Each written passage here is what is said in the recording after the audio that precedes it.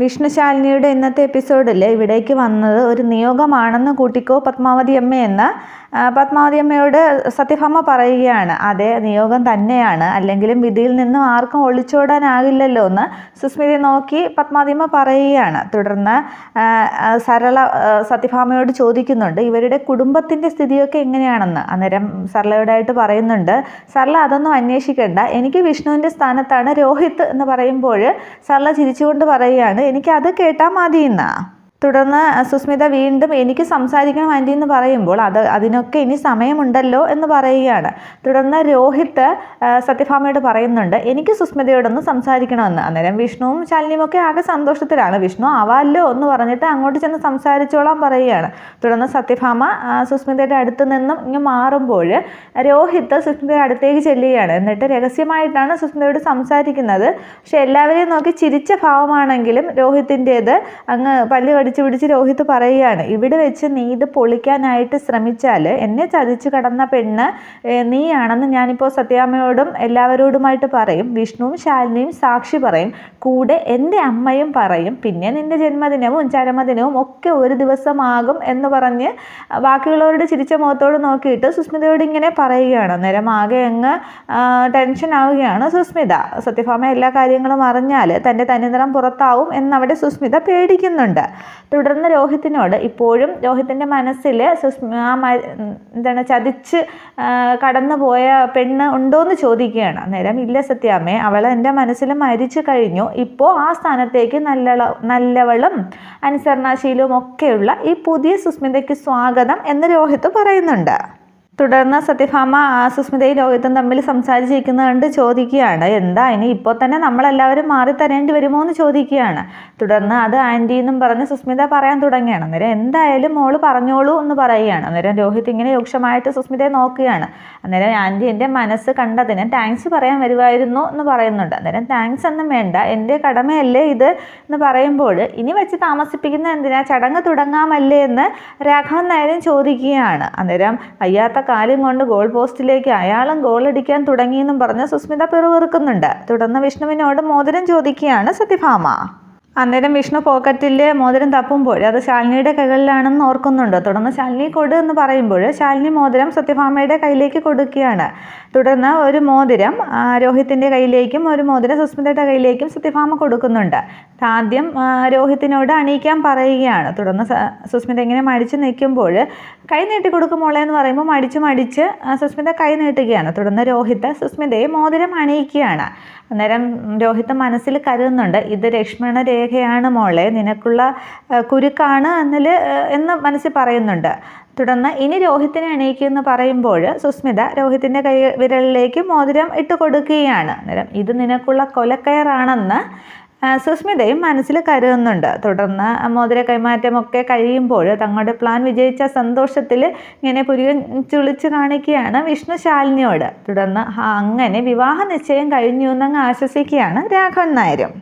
തുടർന്ന് cake cut ചെയ്യാമെന്ന് സത്യഭാമ പറയുകയാണ്. അന്നേരം അങ്ങനെ ആകട്ടെ എന്ന് വിഷ്ണുവും പറയുകയാണ്. തുടർന്ന് സുസ്മിത തനിയെ കേക്ക് കട്ട് ചെയ്യാനായിട്ട് ഒരുങ്ങുമ്പോൾ രാഘവൻ നായർ പറയുന്നുണ്ട് അല്ല ഭാമേ, സുസ്മിതയുടെ കൂടെ രോഹിതും കൂടി കൂടട്ടെ, ഇനിയുള്ള യാത്രകൾ അവരൊന്നിച്ച് കട്ട് ചെയ്യട്ടെ എന്ന് പറയുകയാണ്. അന്നേരം അത് കേൾക്കുമ്പോൾ ഭാമയ്ക്ക് ആകെ സന്തോഷമാവുകയാണ്. വിഷ്ണുവിന് ശാലിനിയുടെയും പ്രീതിയുടെയും ഒന്നും സന്തോഷം പറയേണ്ടതില്ല. അങ്ങനെ ആയിക്കോട്ടെ രാഘവേട്ട എന്ന് പറഞ്ഞിട്ട് രോഹിത്തിനെയും ഭാമ വിളിക്കുകയാണ്. അന്നേരം അങ്ങോട്ട് ചെല്ല് നിൽക്കുമെന്നും പറഞ്ഞ് വിഷ്ണു രോഹിത്തിനെ പിടിച്ച് സുസ്മിതയുടെ അടുത്തേക്ക് നിർത്തുകയാണ്. തുടർന്ന് ഇനി കട്ട് ചെയ്യാന്ന് പറയുമ്പോൾ വീണ്ടും സുസ്മിത ഒറ്റയ്ക്ക് കട്ട് ചെയ്യാൻ പോകുന്നുണ്ട്. അന്നേരം സത്യഭാമ രോഹിത്തിനെ കൂടെ കൂട്ട് എന്ന് പറയുകയാണ്. തുടർന്ന് രോഹിത് അടുത്തേക്ക് ചെന്ന് സുസ്മിതയുടെ കയ്യിലേക്ക് പിടിക്കുകയാണ്. തുടർന്ന് രണ്ടുപേരും കൂടി കേക്ക് കട്ട് ചെയ്യുന്നു. അന്നേരം വിഷ്ണുവിൻ്റെ ഒരു സന്തോഷം കാണണം. സുസ്മിത അങ്ങനെ തോറ്റ് നിൽക്കുന്നത് കാണുമ്പോൾ ആകപ്പാടെ സന്തോഷത്തിലാണ് വിഷ്ണുവും ശാലിനിയും. വിഷ്ണുവിൻ്റെ സന്തോഷം കൊണ്ട് എന്ത് ചെയ്യണമെന്ന് അറിയാതെ നിൽക്കുകയാണ്. തുടർന്ന് കേക്ക് കട്ടിയുമ്പോൾ എല്ലാവരും കൈയടിക്കുമെന്നും പറഞ്ഞ് ആദ്യം വിഷ്ണു അങ്ങ് കൈയടിക്കുകയാണ്.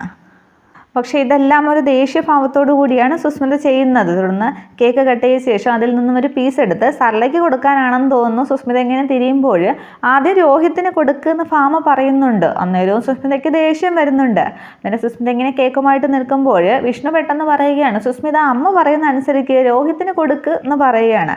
തുടർന്ന് രോഹിത്തിൻ്റെ കയ്യിലേക്ക് സുസ്മിത ഇങ്ങനെ ദാന്നും പറഞ്ഞ് വെച്ചു കൊടുക്കുകയാണ്. അന്നേരം കൈകളിലേക്കല്ല വായിൽ വെച്ചു കൊടുക്കും മോളെ എന്ന് സത്യഭാമ പറയുകയാണ്. തുടർന്ന് അങ്ങ് ദേഷ്യത്തോടു കൂടി തന്നെ, പക്ഷെ അത് പുറത്ത് കാണിക്കുന്നില്ല, കേക്ക് വായിലേക്ക് വെച്ചു കൊടുക്കുകയാണ് രോഹിത്തിൻ്റെ. അന്നേരം രോഹിത് അങ്ങ് രൂക്ഷമായിട്ട് ആ വിജയിച്ച ഭാവത്തിൽ സുസ്മിതയെ നോക്കുകയാണ്. കേക്ക് കഴിക്കുന്നുണ്ട് രോഹിത്.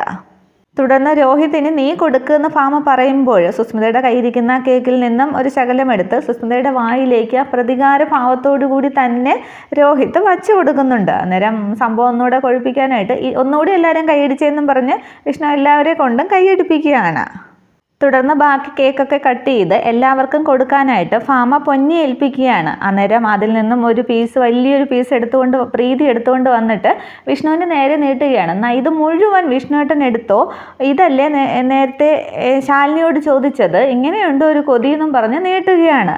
അന്നേരം നേരത്തെ ചോദിച്ചെന്നോ, അതെ അതല്ലേ വിഷ്ണുവേട്ടൻ ചോദിച്ചത് എന്ന് പറയുകയാണ്. അന്നേരം ശാലിനി മുന്നിൽ വന്നങ്ങ് ചിരിക്കുകയാണ്. അന്നേരമാണ് വിഷ്ണുവിന് മനസ്സിലാകുന്നത് ശാലിനിയോട് മുത്തം ചോദിച്ചത് ശാലിനി കേക്ക് പീസ് ചോദിച്ചു എന്നാണ് പറഞ്ഞതെന്ന്. തുടർന്ന് രാഘവൻ നായരും രമണൻ പിള്ളയും പൊന്നിയും ഒക്കെ കളിയാക്കി ചിരിച്ചത് വിഷ്ണു ഓർക്കുന്നുണ്ട്. എന്നിട്ട് എന്നാൽ ഇത് വേണ്ടേ, ഇതല്ലേ ചോദിച്ചതെന്നും പറഞ്ഞ് പ്രീതിയെ കേക്കുമായിട്ട് നിൽക്കുകയാണ്. അന്നേരം ഇത് തന്നെ, അല്ലാതെ വേറെന്താ ഞാൻ ചോദിച്ചത്, കേക്ക് എനിക്ക് ഭയങ്കര ഇഷ്ടമാണെന്നും പറഞ്ഞ് അതിൽ ആർത്തിയോടുകൂടി വാങ്ങിക്കുന്നത് പോലെ വാങ്ങിച്ച് അങ്ങ് കഴിക്കുകയാണ്. അന്നേരം എന്തൊരു കൊതിയാ എന്നും പറഞ്ഞ് പ്രീതി അങ്ങ് പോകുന്നുണ്ട്. തുടർന്ന് ശാലിനി അടുത്തേക്ക് വരുമ്പോൾ വിഷ്ണു പറയുന്നുണ്ട്, എന്തായാലും ഇത്രയും നേരം എന്നെ മാനസികമായിട്ട് പീഡനമൊക്കെ അനുഭവിച്ചതല്ലേ, അപ്പോൾ എനിക്ക് മറ്റത് കിട്ടിയേ തീരുമെന്ന്. അന്നേരം എന്തെന്നും പറഞ്ഞ് ശാലിനി ഇങ്ങനെ നിൽക്കുമ്പോൾ നേരത്തെ ചോദിച്ചു തന്നെയെന്നും പറഞ്ഞ് വിഷ്ണു അടുത്തേക്ക് വരികയാണ്. അന്നേരം ആ ബാക്കി കയ്യിലിരുന്ന കേക്ക് എടുത്ത് വിഷ്ണുവിൻ്റെ വായിലേക്ക് കുത്തി ഇറക്കിയിട്ട് തൽക്കാലം ഇതുകൊണ്ട് അഡ്ജസ്റ്റ് ചെയ്യുക, ഞാൻ കാരണമാണ് മാനം കപ്പൽ കയറാതിരുന്നത്, ഇനിയിപ്പോൾ എനിക്ക് കുറച്ച് ജോലി കൂടി ബാക്കിയുണ്ട്, പിന്നെ കാണാമെന്നും പറഞ്ഞ് ശാലിനി അങ്ങ് പോവുകയാണ്. ഇതേ സമയം എന്നാൽ ഞാൻ പോട്ടെ ആൻറ്റി എന്നും പറഞ്ഞ് സുസ്മിത അങ്ങ് ഫംഗ്ഷൻ നടക്കുന്ന ഹാളിൽ നിന്നും ഇറങ്ങി പെട്ടെന്ന് സ്പീഡിന് നടന്ന് അങ്ങ് വീട്ടിലേക്ക് പോവുകയാണ്. അന്നേരം സത്യഭാമയ്ക്ക് അത് എന്താണെന്ന് മനസ്സിലാകുന്നില്ല. അന്നേരം സരള പെട്ടെന്ന് പറഞ്ഞൊപ്പിക്കുകയാണ്, അവൾക്ക് നാണമായെന്ന് തോന്നുന്നു, വലിയ നാണക്കാരിയാണ് എന്ന് ആ ചമ്മൽ മാറാനായിട്ട് പറയുന്നുണ്ട്. പക്ഷേ സത്യഭാമ അതങ്ങോട്ട് വിശ്വസിക്കുന്നില്ല. അന്നേരം വിഷ്ണു പറയുന്നുണ്ട്, അതെ അതെ ഞങ്ങൾക്കറിയാമല്ലോ എന്നിങ്ങനെ വിഷ്ണു തിരിച്ച് കളിയാക്കി പറയുകയാണ്. തുടർന്ന് സദസ്സിലിരിക്കുന്ന രാഘവൻ നായരും വിഷ്ണുവിനെ ഇങ്ങനെ നോക്കുമ്പോൾ അതെ കേക്ക് എനിക്ക് ഭയങ്കര ഇഷ്ടമാണെന്നും പറഞ്ഞ് വീണ്ടും വീണ്ടും വിഷ്ണു കേക്ക് അങ്ങ് കഴിക്കുന്നുണ്ട്. തുടർന്ന് രോഹിത്തിനെ നോക്കിയിട്ട് സംഭവം സക്സസ് എന്ന രീതിയിൽ ഇങ്ങനെ കൈ എടുത്ത് വിഷ് ചെയ്ത് കാണിക്കുന്ന പോലെ രോഹിത്തിനോട് വിഷ്ണു കാണിക്കുകയാണ്. അന്നേരം അത് തലകുലുക്കി രോഹിത് സമ്മതിക്കുകയാണ്. ഇതേസമയം തിരികെ റൂമിലെത്തിയ സുസ്മിത ആകെ അങ്ങ് ദേഷ്യത്തിലാണ്. ഞാൻ എന്ത് സംഭവിക്കരുതെന്ന് വിചാരിച്ചോ അത് തന്നെ സംഭവിച്ചു എന്ന് പറഞ്ഞിട്ട് ആ മോതിരം ഇങ്ങനെ നോക്കിയിട്ട് നടന്ന ആ മോതിരം മാറ്റും ചടങ്ങുകളൊക്കെ ഓർക്കുന്ന ആകെ ദേഷ്യം വരുന്ന സുസ്മിത ആ മോതിരം ഊരി അങ്ങ് തറയിലേക്ക് എറിയുന്നുണ്ട്. തുടർന്ന് ടൈം പാസിന് വേണ്ടി കൊണ്ടു നടന്നവൻ ലൈഫ് പാർട്ട്ണർ ആകാൻ പോകുന്നു. ആ പുഴു പിന്നെ ഇത്രയും നാൾ അവനിൽ നിന്ന് ഞാൻ എന്തിനാണ് ഒളിച്ച് നടന്നത്, ആരോ എന്നെ കാട്ടിക്കൊടുത്തതാണ്, ഇതിനിടയിൽ ആരോ കളിച്ചിട്ടുണ്ട്, ആരാ എന്നെ കാട്ടിക്കൊടുത്തത് എന്നിങ്ങനെ പറഞ്ഞുകൊണ്ട് നിൽക്കുമ്പോഴാണ് കൈയിടിച്ചുകൊണ്ട് ശാലിനി ആ റൂമിലേക്ക് വരുന്നത്. അന്നേരം എന്താണെന്നിങ്ങനെ ദേഷ്യത്തോടെ ചോദിക്കുമ്പോൾ നിനക്ക് ഞാനൊരു വിവാഹ മംഗളാശംസ പറയാനായിട്ട് വന്നത്, ആ തിരക്കിനിടയിൽ പറയാനായിട്ട് പറ്റിയില്ല, അതുകൊണ്ടാണ് ഞാൻ ഇങ്ങോട്ടത്തേക്ക് വന്നത്, പിന്നെ വെറുതെ നിന്ന് പല്ല് കടിച്ച് പൊട്ടിക്കാതെ നീ ചിന്തിച്ചതിൻ്റെ ബാക്കി വേണമെങ്കിൽ അങ്ങോട്ട് ചിന്തിക്ക്, ഈ കണ്ട സ്വപ്നത്തിൻ്റെ ബാലൻസ് കാണുക എന്നൊക്കെ പറയൂലേ അതേപോലെയെന്ന്. അന്നേരം സുസ്മിത അങ്ങ് ദേഷ്യത്തോടെ നോക്കിയിരിക്കുകയാണ്. അന്നേരം നീ ഇനി എന്താണ് ഇതൊക്കെ എങ്ങനെ സംഭവിച്ചു എന്നല്ലേ നീ ചിന്തിക്കുന്നത്, അതിനൊക്കെ പിന്നിൽ ആരാണെന്നല്ലേ, അതിന് എല്ലാത്തിനും പിന്നിൽ ഈ ഞാൻ തന്നെ ആടിയെന്നും പറഞ്ഞ് അവിടെ ഒരു കസേരയിലേക്ക് ശാലിനി ഇങ്ങനെ ഇരിക്കുകയാണ്. അന്നേരം നീയോ ഒന്നും പറഞ്ഞിങ്ങനെ ദേഷ്യപ്പെട്ട് സുസ്മിത ചോദിക്കുകയാണ്, പിന്നല്ലാതെ അതൊന്നും ചിന്തിക്കാനുള്ളൊരു സാമാന്യ ബുദ്ധി പോലും നിനക്കില്ലേ, പെട്ടെന്നൊരു സുപ്രഭാതത്തിൽ രോഹിത് സത്യാമ്മയുടെ വീട്ടിലെ ഡ്രൈവറായിട്ട് വരുമോ, നീ അതൊന്നും ചിന്തിച്ചില്ലേ എന്ന് ചോദിക്കുകയാണ്.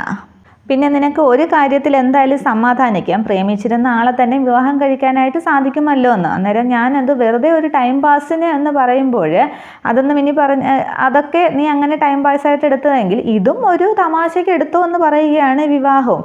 തുടർന്ന് സുസ്മിത പറയുന്നുണ്ട് ഇതെല്ലാം ചതിയാണ്, എന്നെ ട്രാപ്പിലാക്കിയതാണെന്ന്. അന്നേരം വേദോപദേശം പറയുന്നു, പെൺപിശാചെ നിനക്ക് ആ പേര് തന്നെയാണ് ചേരുന്നത്, നീ ഇത്രയും കാലം ജീവിച്ചതും ഒരു ചതിയിലൂടെയല്ലേ, പ്രീതിയുടെ കുഞ്ഞിനെ കൊന്നതും 3 പേരെ കൊല്ലാനായിട്ട് കാറിൻ്റെ ടയറിളക്കി മാറ്റിയതും പിന്നെ രോഹിത്തിനെ ചതിച്ചിട്ടല്ലേ നീ കടന്നു കളഞ്ഞത്, ഇതെല്ലാം ചതിയല്ലേ എന്ന് ചോദിക്കുമ്പോൾ ഉത്തരമില്ലാതെ സുസ്മിത നിൽക്കുകയാണ്. തുടർന്ന് ഒരുപാട് കാര്യങ്ങൾ ശാലിനി പറയുമ്പോൾ അതിനൊന്നും മറുപടി ഇല്ലാതെ സുസ്മിത നിൽക്കുന്നുണ്ട്.